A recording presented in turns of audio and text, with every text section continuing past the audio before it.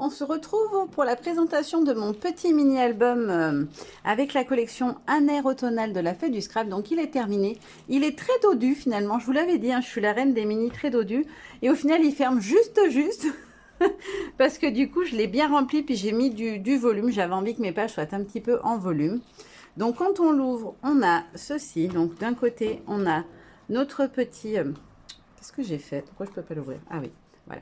On a notre petit album. Alors, je ne l'ai pas encore collé, c'est pour pouvoir le manipuler plus facilement, pour pouvoir vous montrer, parce qu'à la caméra, comme la partie où je peux filmer n'est pas très large, c'est pas très pratique d'avoir des grands formats.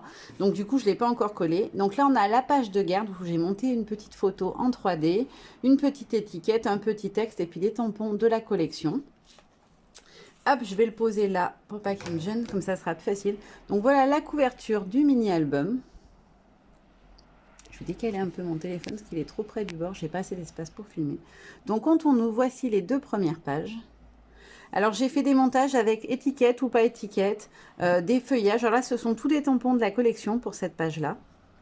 Pareil pour les étiquettes, papier, etc. Là, j'ai fait un petit montage. J'ai récupéré en fait les bandes avec le combo couleur qu'on a en bas des planches d'étiquettes. Je les garde toujours parce que je trouve que ça peut faire joli. Ça reprend les couleurs voilà, du combo. Je trouve ça sympa. Donc là, petit tampon des différentes planches sur le thème de l'automne. J'ai mis à chaque fois des petits textes en noir pour contraster un peu. Sur le fond, j'ai travaillé donc pochoir, tache d'encre avec le tampon de chez Graffiti Girl, le Splatch, le tampon tache. Et puis un petit fond texte. Un petit montage. Donc ça, c'est ce que je vous avais vu dans mon haul, les deux tampons fleurs que j'ai pris récemment.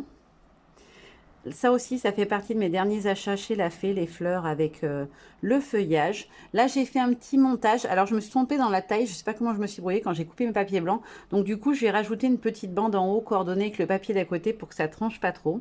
Et voilà, un petit montage avec les feuilles, des petites baies et puis la petite jarre avec la bougie et les glands.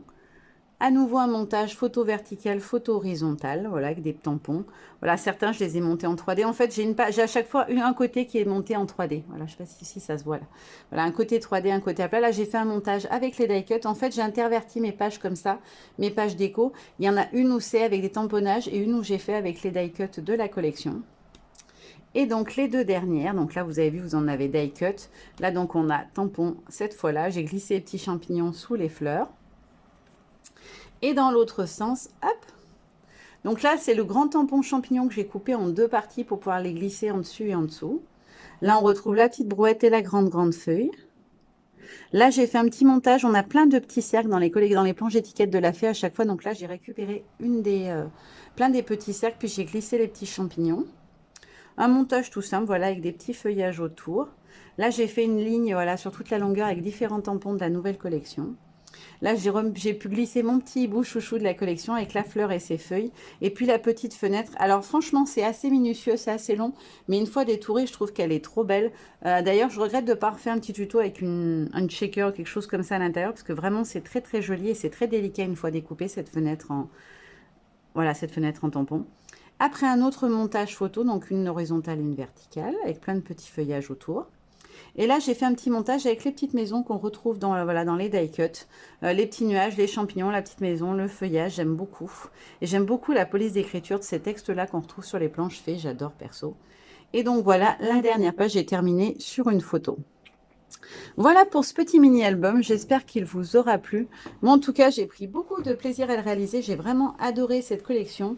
Et les tutos que j'ai pu faire avec, franchement, je suis très contente d'avoir pu la scraper. Et j'ai hâte de vous retrouver avec les créas des deux autres collections, parce que maintenant, vous le savez, il y en a trois en tout, une collection Noël et aussi une collection Halloween.